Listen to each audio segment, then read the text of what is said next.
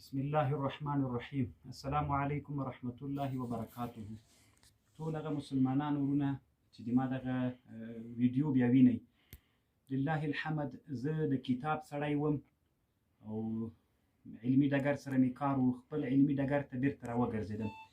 دغه بخاري شریف چې د اسلام د دین د قرآن نه وروسته اولنی کتاب دی چې تیر کال تقریبا یو کال پوره سو چې تیر ظالم حکومت ما نه په نیمایي کې پرېښودله او د ما مدرسه یې رابنده کړله. الحمدلله د ما دغه یتیمه کتابخانه چې تقریبا یو کال اندازه ووتله، الحمدلله زه خپلې کتابخانې ته نن بیرته راغلم. ټولو مسلمانانو ورونه بعضې خلک وایي چې د کابل والي مقرر شوی ده او هغه وزارت ته معرفي شوی، دا ټول دروغ دي. زه د علمي ډګر سړی یم، خپل علمي ډګر ته راغلی یم، خپل علمي خدمت به کومه، بیا هم د مسلمانانو د وطن خدمت چې په هر قسم باندې وي هغه هم کوم. خو زه په خپله باندې د علم سړی یم او دغه لویه وسیعه کتابخانه الحمدلله لرم او ډېر په دې خوښ یم. انشاءالله دغه نه په ریاست جمهوري ورکوم او نه یې په دارالامارت باندې ورکوم.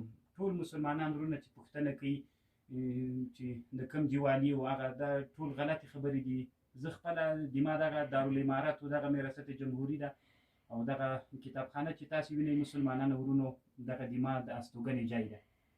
السلام علیکم ورحمة الله وبرکاته.